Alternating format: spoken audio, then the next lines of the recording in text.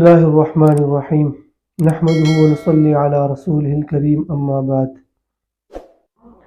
شعبان کا مہینہ شروع ہے اور بڑی برکت والا مہینہ ہے۔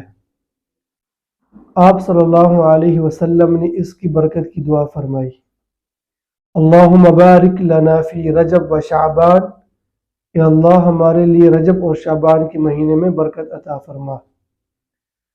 تو عموماً لوگ اس مہینے میں زکوٰۃ ادا کرتے ہیں۔ تو زکوٰۃ ایک اللہ کا بہت بڑا حکم ہے۔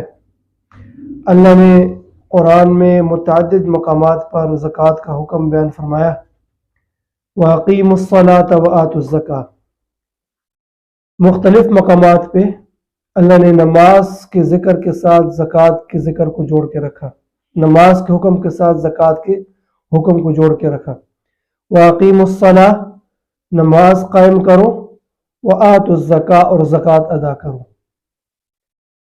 جس طرح نماز پڑھنا فرض ہے، اسی طرح صاحب نصاب پر جس پر زکوٰۃ فرض ہے اس کے لیے زکوٰۃ ادا کرنا فرض ہے۔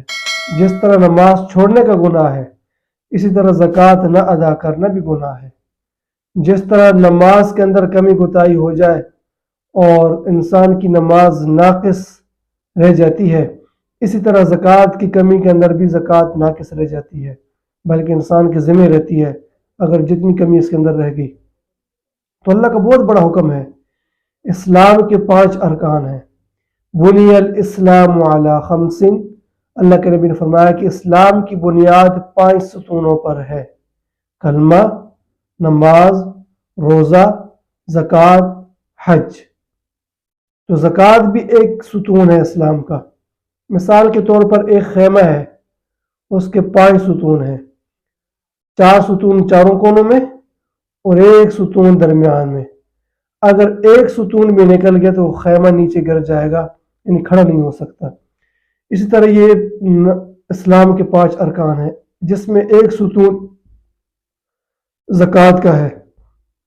اللہ نے زکوٰۃ کا حکم مسلمانوں کو دیا، اور 18ویں پارے کے شروع میں اللہ پاک مؤمنین کی صفات بیان فرما رہے ہیں کہ قد افلح المؤمنون الذین هم فی صلاتهم خاشعون والذین هم عن اللغو معرضون والذین هم للزکاة فاعلون۔ یہ زکوٰۃ ادا کرنے والے ہوتے ہیں۔ مؤمنین کی صفات میں سے ایک صفت یہ ہے کہ یہ اپنی زکوٰۃوں کو ادا کرتے ہیں۔ زکوٰۃ ایک ایسا مبارک عمل ہے کہ جس کے ذریعے سے اللہ پاک انسان کے مال کو پاک فرما دیتے ہیں۔ زکا یزکی تزکیتاً، یعنی پاک کرنا۔ زکوٰۃ سے جب انسان کے مال سے زکوٰۃ نکل جاتی ہے، انسان کا مال پاک و صاف ہو جاتا ہے۔ پھر اللہ پاک اس کے مال کے اندر برکت عطا فرماتے ہیں۔ اس کے کام، اس کے معاملات، اس کے حوائج اللہ پاک چند پیسوں کے اندر پوری فرما دیتے ہیں۔ لیکن اگر کوئی شخص زکوٰۃ ادا نہ کرے تو انسان کے پیسے کے اندر سے، انسان کے مال کے اندر سے برکت ختم ہو جاتی ہے۔ آج گنتی کا دور ہے، لوگ گنتی پہ خوش ہوتے ہیں، لیکن اللہ پاک نے جو حکم دیا ہے زکوٰۃ کا، اس کے اندر ہم دیکھیں تو ظاہری اعتبار سے اس کے اندر مال کے اندر کمی آ رہی ہے، پیسے نکل رہے ہیں، مال نکل رہا ہے، مال کم ہو رہا ہے۔ لیکن اللہ پاک قرآن میں بیان فرماتے ہیں وَيُرْبِ الصَّدَقَاتِ، اللہ صدقات کے پیسے کو بڑھاتے ہیں، اللہ زکوٰۃ کے پیسے کو بڑھاتے ہیں، اللہ پاک صدقے کے پیسے کو بڑھاتے ہیں۔ تو اس سے مال کے اندر ترقی ہوتی ہے، انسان کا مال پاک ہوتا ہے، انسان مصیبتوں سے، پریشانیوں سے بچا رہتا ہے۔ اور ایک حدیث کے اندر اللہ کے نبی نے فرمایا کہ روزانہ 2 فرشتے زمین پر اترتے ہیں۔ ایک فرشتہ یہ اعلان کرتا ہے اللہم اعط ممسکا خلفا، اے اللہ خرچ کرنے والے کے مال میں اور زیادہ اضافہ فرما۔ اللہم اعط منفقا خلفا، اے اللہ انفاق کرنے والے کے مال میں، خرچ کرنے والے کے مال میں، عطا کرنے والے کے مال میں اور زیادہ اضافہ عطا فرما۔ اور صدقہ کرنے سے، زکوٰۃ ادا کرنے سے، اللہ کا یہ حکم پورا کرنے سے مال میں کبھی کمی نہیں آتی۔ ظاہری طور پر جیسے میں نے پہلے عرض کیا کہ ظاہری طور پر نظر آ رہا ہے کہ مال کم ہو رہا ہے، پیسہ کم ہو رہا ہے، لیکن اللہ کے قرآن کی جو آیات ہیں ہم پتہ بتاتی ہیں، اور نبی صلی اللہ علیہ وسلم کی جو احادیث ہیں وہ ہمیں اس چیز کا پتہ بتاتی ہیں کہ یہ مال بڑھ رہا ہے۔ اللہ کے نبی نے فرمایا ما نقصت صدقۃ من مال، صدقہ کرنے سے کبھی بھی مال کے اندر نقصان نہیں آتا، صدقہ کرنے سے کبھی بھی مال کے اندر کمی نہیں آتی، صدقہ کرنے سے کبھی بھی اس انسان کی دولت میں کمی نہیں آتی بلکہ اضافہ ہوتا ہے۔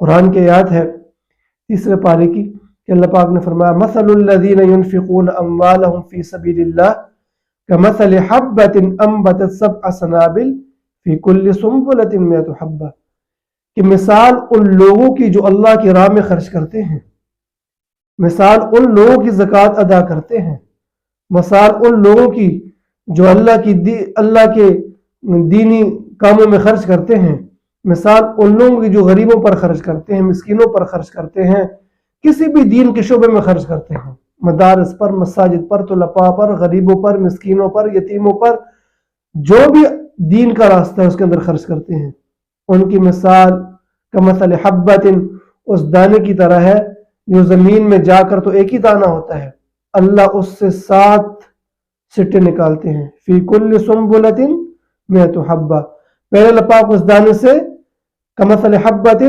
انبتت 7 سنابل، اس ایک دانے سے اللہ پاک 7 سٹے نکالتے ہیں، اور پھر فی کل سنبلۃ 100 حبہ، اور ہر سٹے کے اندر اللہ پاک 100 دانے پیدا فرماتے ہیں، تو ایک دانے سے 7 سٹے نکلے، ہر دانے سے ہر سٹے کے اندر 100 دانے، تو 700 بن گئے، تو اللہ 1 روپیہ خرچ کرنے پر انسان کو 700 گنا کا اجر عطا فرماتے ہیں، 700 گنا اس کو دگنا عطا فرماتے ہیں۔ پھر آگے اللہ نے اس پہ اکتفا نہیں فرمایا واللہ یضاعف لمن یشاء، اللہ جس کے لیے چاہے اس سے اور بھی زیادہ اضافہ فرما دیتے ہیں۔ تو اتنے زیادہ فضائل ہیں اللہ کے راستے میں خرچ کرنے میں، ہم غریبوں کا خیال کریں، اللہ نے ہمیں مال دیا ہے اور بڑی خوشی ہونی چاہیے، ایک انسان زکوٰۃ ادا کرتا ہے اس کو بڑی خوشی ہونی چاہیے کہ اللہ نے مجھے آج اس قابل بنایا، اتنا مال دیا کہ میں اس کے راستے میں خرچ کر رہا ہوں، اس کے راستے میں غریبوں پہ خرچ کر رہا ہوں، اس کے راستے میں مسکینوں پہ خرچ کر رہا ہوں، اس کے راستے میں یتیموں پر خرچ کر رہا ہوں، اس پہ خوشی ہونی چاہیے اور اللہ کو شکر ادا کرنا چاہیے کہ یا اللہ تو نے اتنا مال بھی دیا اور مجھے اپنے راستے میں خرچ کرنے کی آج توفیق بھی عطا فرمائی۔ اس لحاظ سے شعبان کا مہینہ ہے، لوگ ان فضائل کو، بہت ساری احادیث کے اندر اس کے فضائل موجود ہیں، اللہ پاک اس خرچ کرنے پہ کتنا زیادہ عطا فرماتے ہیں۔ قرآن کی کئی آیات ہیں جس کے اندر اللہ پاک نے خرچ کرنے کی ترغیب بیان فرمائی اور اس پر ملنے والے انعامات، اسی طرح احادیث میں خرچ کرنے کی ترغیب اور اس پہ ملنے والے انعامات، احادیث کا مجموعہ بہت سارا ہے اس کے بارے میں، وقت کی قلت کی وجہ سے چند فضائل ہیں، اس وجہ سے شعبان کا مہینہ ہے، انسان کے اندر یہ جذبہ ہو، انسان کے اندر یہ اس کے اندر تڑپ ہو، غریبوں کا خیر خواہ بنے، خرچ کرے، اللہ کے نام پہ دے، اللہ کی ذات کو سامنے رکھ کر اللہ کے نام پہ خرچ کرے، انشاءاللہ اللہ پاک جب یہ غریبوں پر، مسکینوں پر، یتیموں پر اللہ کی دی ہوئی مال میں سے اللہ کا حق ادا کرے گا، اللہ پاک اس کو مزید مال عطا فرمائیں گے اور اس کے مال میں اللہ پاک ترقی فرمائیں گے۔ اللہ پاک سب کو خرچ کرنے کی توفیق عطا فرمائے۔